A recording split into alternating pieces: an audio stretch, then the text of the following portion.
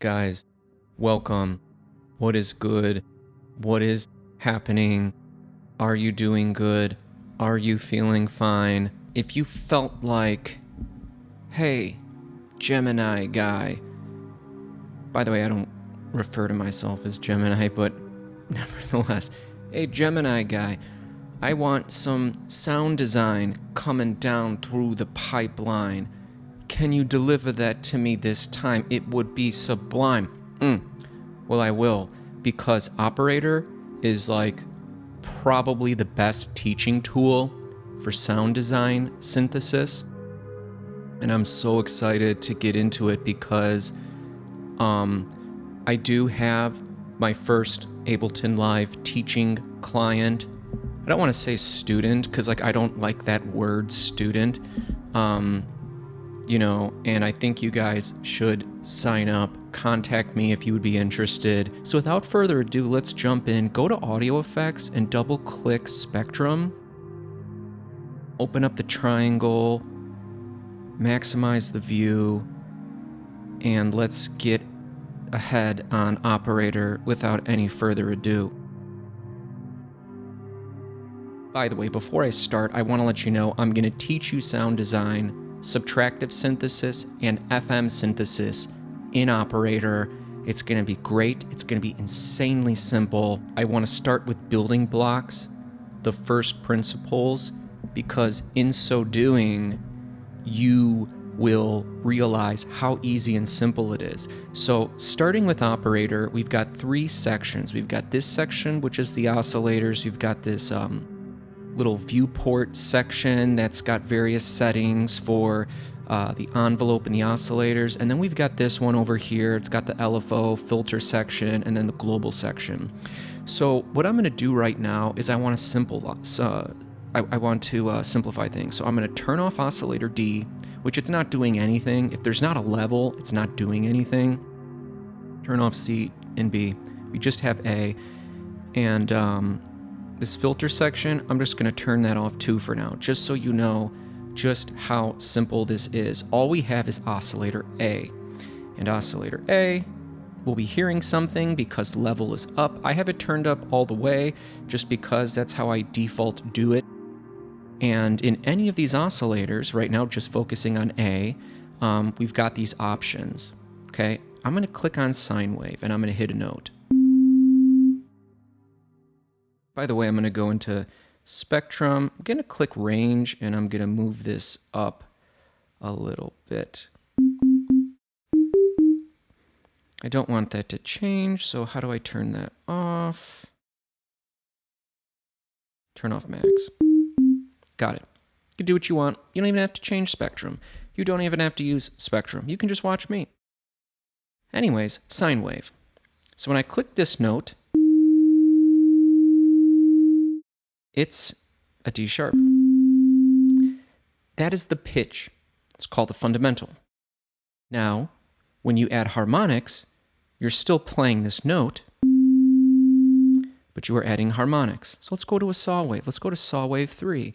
Notice it's going to be the same fundamental pitch, but there will be some harmonics now. Listen to how it's different. Okay? Same fundamental pitch, but harmonics. Okay, the pitch didn't change, the harmonics did. Okay, ouch, sine wave,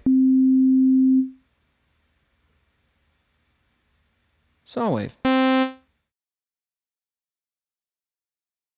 Okay, you start with an oscillator. And how many harmonics do you want? Ideally, you want to have as many harmonics as possible because then you can inactivate a filter, set to a low pass, which looks like this, and you subtract them out, okay?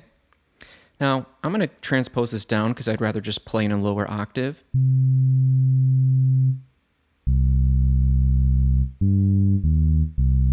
Play with this filter frequency. And when we touch these different boxes, the visual display updates here. And if you're not seeing it, it's probably because you're on envelope. Go to filter. And notice how when we're doing that, we're moving the frequency of the filter. So it's cutting everything out up here. Now, if all we had was a sine wave, there would be nothing to filter. And when we go back to our saw wave, we're actually not filtering out those higher frequencies. We're attenuating them, which means we're lowering their volume. So if I lower this spectrum down so you can see lower, notice how when I move this up, they're just rising in volume. That's volume. So it's volume on the left, and then the frequency, or on the x-axis, y-axis is volume. So it's really just attenuating them.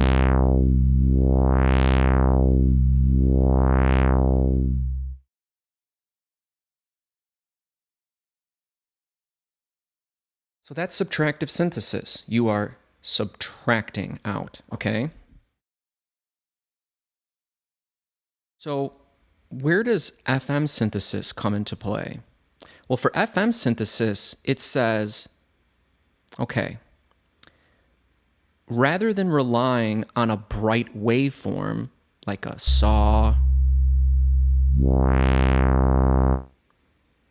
or relying on a square wave,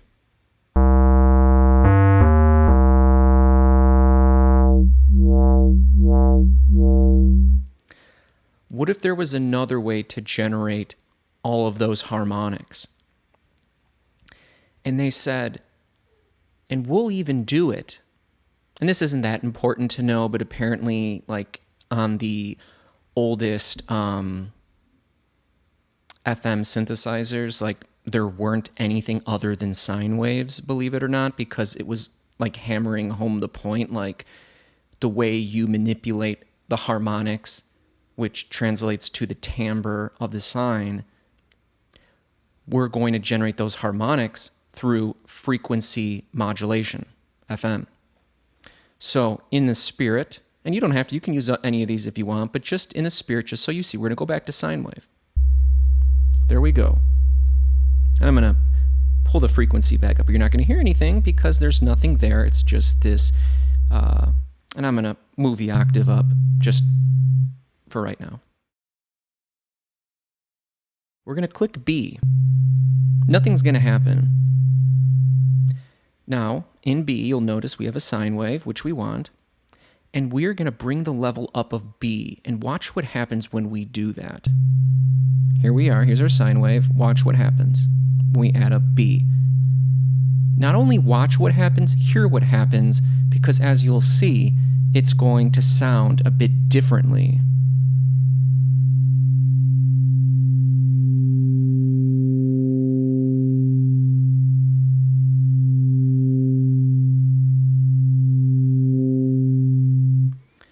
And I'm actually going to bring the pitch down.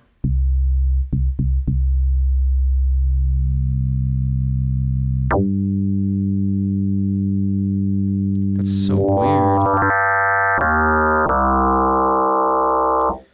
Don't worry, we'll go to envelopes next. Don't worry too much.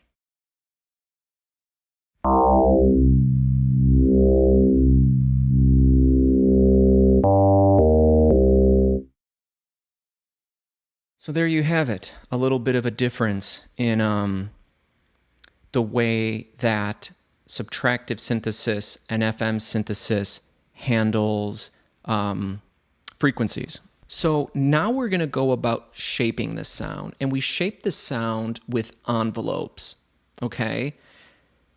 And in sound design, there's like really 3 parameters that you want to focus on, and that's pitch, volume, and harmonics. Now, all of this talk about the harmonics, you know, with the bright saw wave, how the sine wave was just the fundamental, and then we made it a saw wave or a square wave, and we got to choose how many harmonics, and then we filled up our palette, we filled up our canvas, and then we used the filter to subtract away those frequencies, subtracting those high frequencies out to find what we want. The envelope allows us to basically say, I will automatically adjust it for you based on how you set my attack, decay, sustain, release. Now, you can use that envelope for the volume. The volume is a property of sound. How much amplitude or volume does it have over time? Is it always loud, or does it go from loud to quiet? Does it go from quiet to loud? Same thing with harmonics. So with the filter, do you want that envelope to bring the filter up and then bring the filter down? Do you want it to just be open all the time? Do you want it to start open and very quickly move it down to give it like a boop, boop, boop, boop, You know what I mean? Think of like open, close, swooping down. It gives it like a nice punchy sound. You get good punchy bass that way. And then the LFO, because you're always going to have envelopes in LFO, it's a way to modulate these parameters. So volume, harmonics, pitch. Pitch, you're really just playing different pitches on the keys. But if you really wanted to, you could add a pitch envelope. So when you hit a note, it could go from, 3 semitones up down to the pitch you're playing to give it like a B, you know what I mean? So like you're probably not going to do a lot of pitch modulation. And if you pitch modulated it with an LFO, it doesn't really sound very good. That's actually what a vibrato is. So if you do it very small, very slightly, it can have a good sound. But modulating the pitch would be like that sounds really bad. But when you modulate the harmonics, you have like, you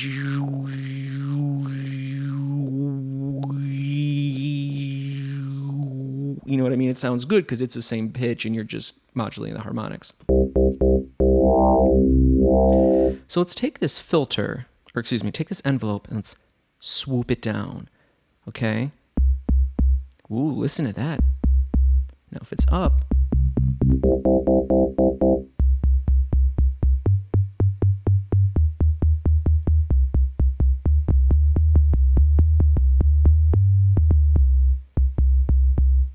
very, very, very nice. Let's get rid of B. Let's go back into A, make it really bright. Let's do a square D. And let's bring the filter down. So now we're doing subtractive synthesis. Now let's go into the filter here, go to envelope. Okay, we like this shape. Now let's add an envelope amount so we apply it and we'll have that same sort of a thing. Not hearing anything because you got to click some notes, silly. And adjust the decay.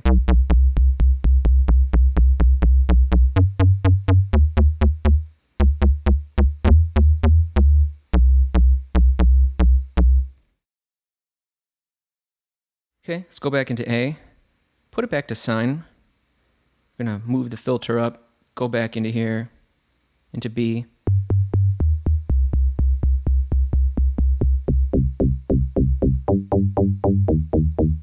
Now if you give it a tack, now listen to it.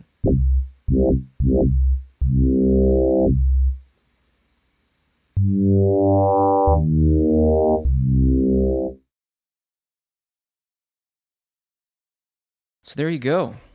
You don't really need to do a whole lot. That's basically it. You can add an LFO if you want. I don't like to add the LFO because you won't actually see it moving. So I'm going to drop my own LFO on there, go into audio effects.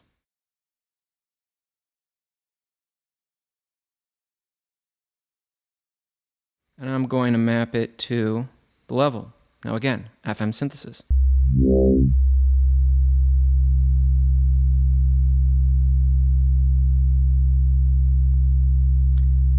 Now, I don't like it there. I want to move it up. So I'm going to minimize this. Does that help me here? Okay, cool. Just closes it down. I don't want it to do it there. I want to do it like higher up. So that's why I'm going to knock the offset up a little bit.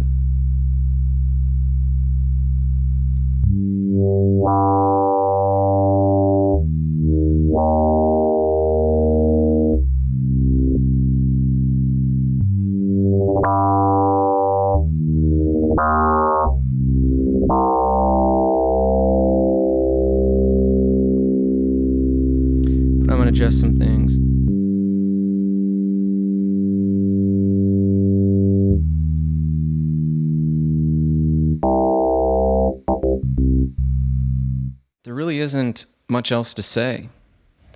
You know, it's all about harmonics. So basically, you want to have an oscillator, you know, a waveform that has all of the harmonics. And then you use a filter to cut out what you don't need. But at least it's there. Because it's there, you can cut it out. And then you can use the envelope to then sculpt the sound. FM synthesis says rather than starting with a bright, harmonically dense waveform, we're going to create all those harmonics through frequency modulation.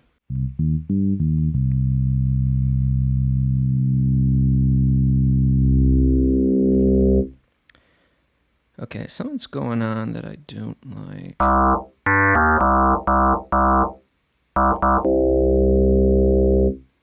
Let's turn this off. Something's going on. Something's going on. I feel like it sounds a little different than I would have.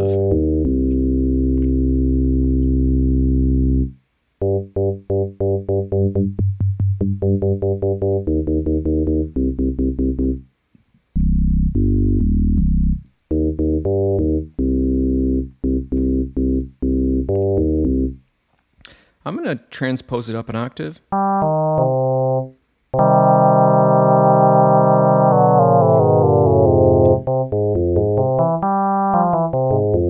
Now that sounds really boring, right? It sounds all kind of like...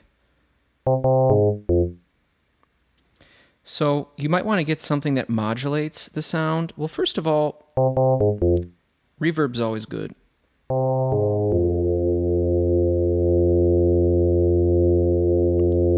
The dry, wet, and the decay are the most important. Probably want to get the low cut on there so it's not reverberating the bassier frequencies. Get a limiter so it doesn't overcook your sound.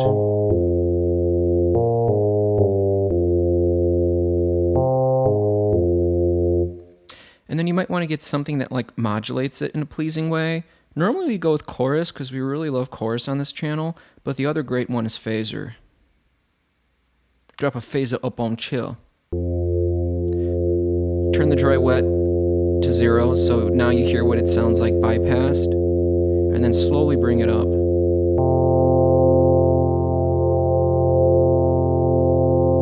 I like to put it on hoods.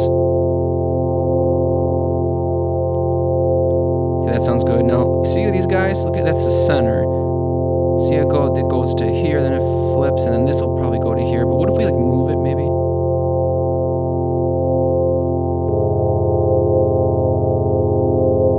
Put the notches up. Maybe the feedback. Yeah, I don't need it. Flanger.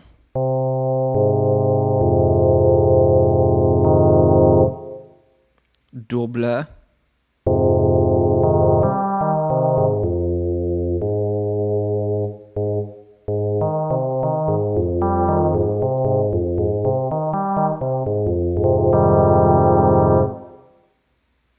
Flanger.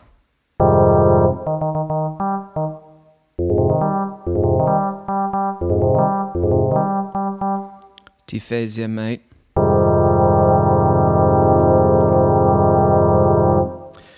I'm going to say something quite naughty. You can... Anything I say, don't just like take my word for it or anything. What I share is my own opinion. It's not gospel. It's not meant to be treated as gospel. Phaser, you can basically forget about flanger. I mean, I don't know when I would ever choose flanger over phaser. And I love chorus. So like a modulation effect like phaser or chorus is great. If you want to save time, just choose what sounds better, phaser or chorus. It gives a nice like modulation, like wow, like a soupy, nice, good effect. In fact, let's turn that off and then drop the chorus on there. Chorus ensemble. It's good to like turn things up like a and then bring them down so you kind of like know what's going on up and chill. Always bring that dry wet down a little bit.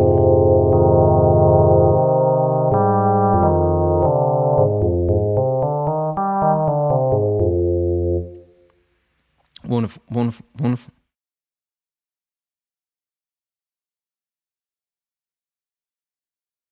Yeah, that's the thing. Like, I don't want to, ruin the mysteries for people. I'm like, subtractive synthesis, FM synthesis. Yeah, there's all these knobs, there's all these buttons, there's all these envelopes and LFOs. But when you really truly understand it, like, it's very simple. It's just, I don't think it's really been said that simple, like, to people, which is why you should probably sign up for sessions. By the way, I don't act silly or goofy on the teaching sessions, unless you want me to.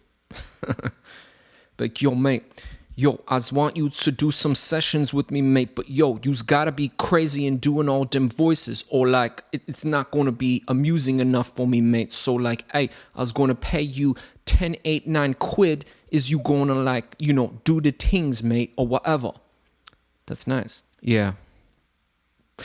So after you get your sound dialed in, whether you're using subtractive synthesis, FM synthesis, wavetable synthesis, maybe even sample synthesis or physical modeling synthesis, once you get the sound dialed in, just in the synthesizer, you want to add some effects. The first effect you might want to use is a modulation effect, like we just were doing. Chorus. Chorus. Phaser. Phaser. You can forget about flanger or whatever. It gives it a very nice, like, shimmering, psychedelic-y swirl. And it always sounds good for the most part, especially if it's like a legato sound, a sound that like plays. You hit a note, hold it down, it plays. If it's like a shorter, kind of like dum dum, like a stabby kind of a sound, you don't really get to hear it as much. You'll still hear it, but maybe not as much. But like for me, when I design sounds, I like sounds that I can either like hold the button down and it just plays forever and it's great, or maybe I tap it and it like rings out. That's just kind of how I like to do things. So when you're designing those kinds of sounds, because there's really only two sounds if you really think about it. There's legato sounds, sounds that are long. They're meant to be long. So you hold a note, it plays for as long as you want. And then there's staccato sounds, like dun, dun, dun, dun, dun, dun, dun, dun, dun, dun, dun. It's not meant really to be like, so that would be staccato, like short. Dun, dun, dun, dun, dun.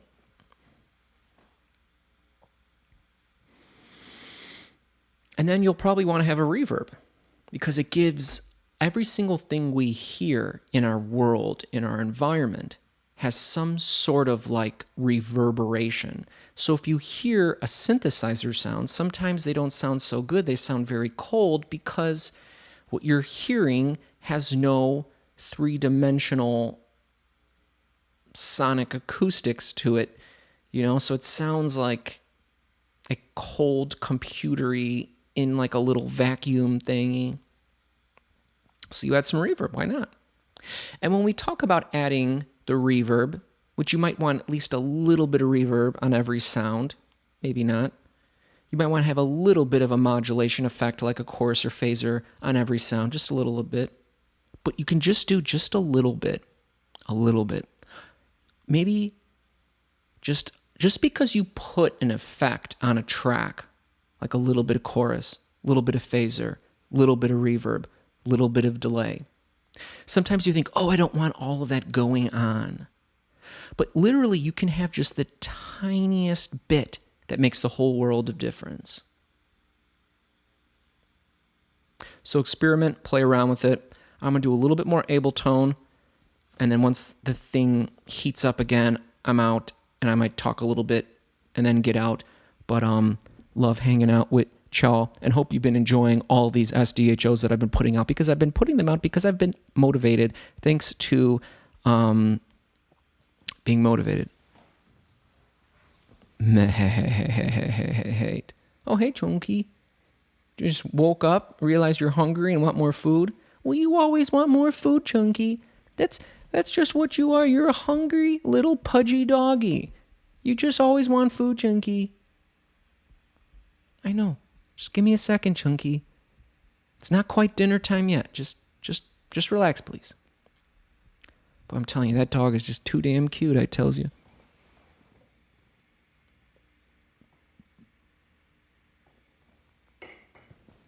All right, let's dial in to chorus, mate. Actually, whatever. Let's get back to the phaser, mate.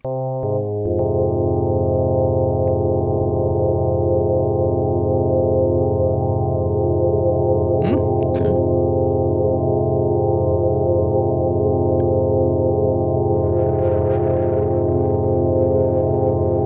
Delay, because that's like a big one that will add some stuff. Where to put it. Maybe after. I normally like the delay right before the reverb. Maybe put it on Zippinkabong and put it on Sdho.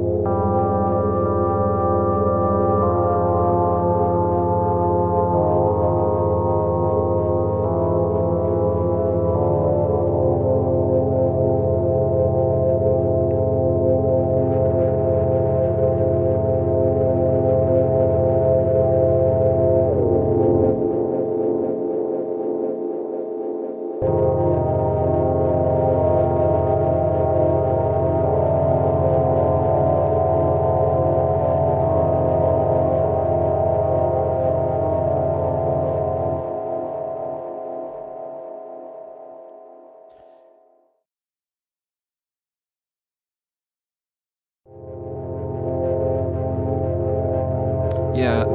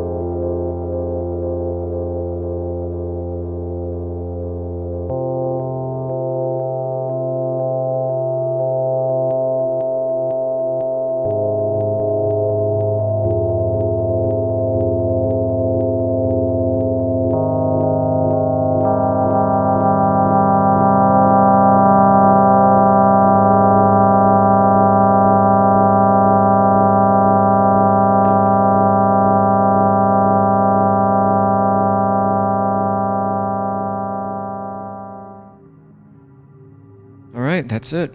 That's about it.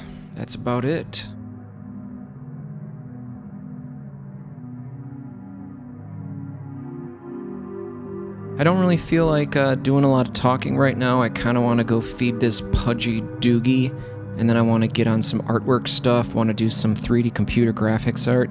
You know, I can teach you guys a lot of other things, I hope you know.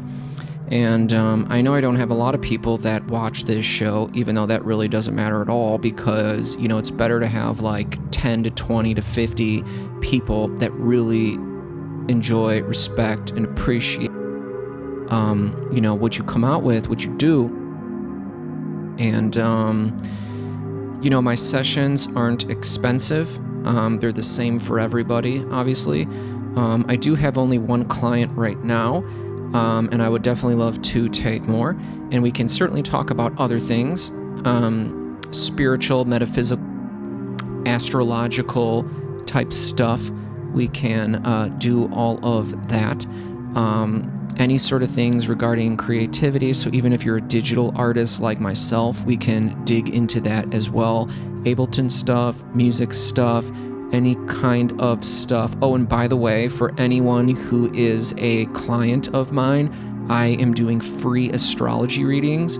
So my only student right now doesn't know, but the next time we have a session, I'm gonna let him know that I'm like, if you want, and you don't need to want this, but if you want, I'll give you a free astrology reading. I've never given anyone an astrology reading. I just like do my own chart and I track the astrology of whatever day we're on. I know all the transits of what's happening, so it's going to be a pretty unique session. But anyways, guys, I really enjoyed this. I really wanted to make that video, really wanted to like get my thoughts out, because I've been thinking about that, and I hope you've been enjoying all this Ableton stuff. We will definitely be getting into the spiritual stuff, but I feel like as we head to the summer solstice, with the energy, the light constantly increasing and growing on the planet, I have a feeling a lot of you are going through some major awakenings, major metamorphoses.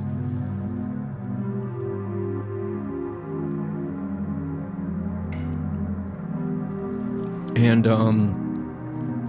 perhaps by the time I start doing some of these more spiritual consciousness, expansion, awakening, energy updates, light codes, new earth, rising, ascension, ascending, I think by that time we'll have reached another octave, another higher harmonic, and maybe some of the things that I meant to talk about might be of more energetic resonance. So perhaps it might just be what I'm meant to be doing a little bit later. But in any event, I really hope you enjoyed this. We will be back. I actually did just get Ableton Live 12. I installed it. You guys, hope you're doing well. Hope you're not living in hell. And if you are, you can only reach up to the stars if you have been down into the deep, the muck, the earth, the hell, the... what is it? The saying of like, a tree can only reach up to the heaven if it's firmly rooted in hell. I'm not even sure.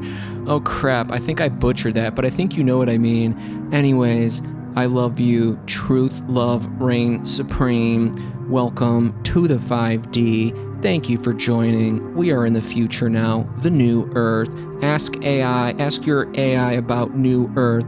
Ask your AI about post-labor economics.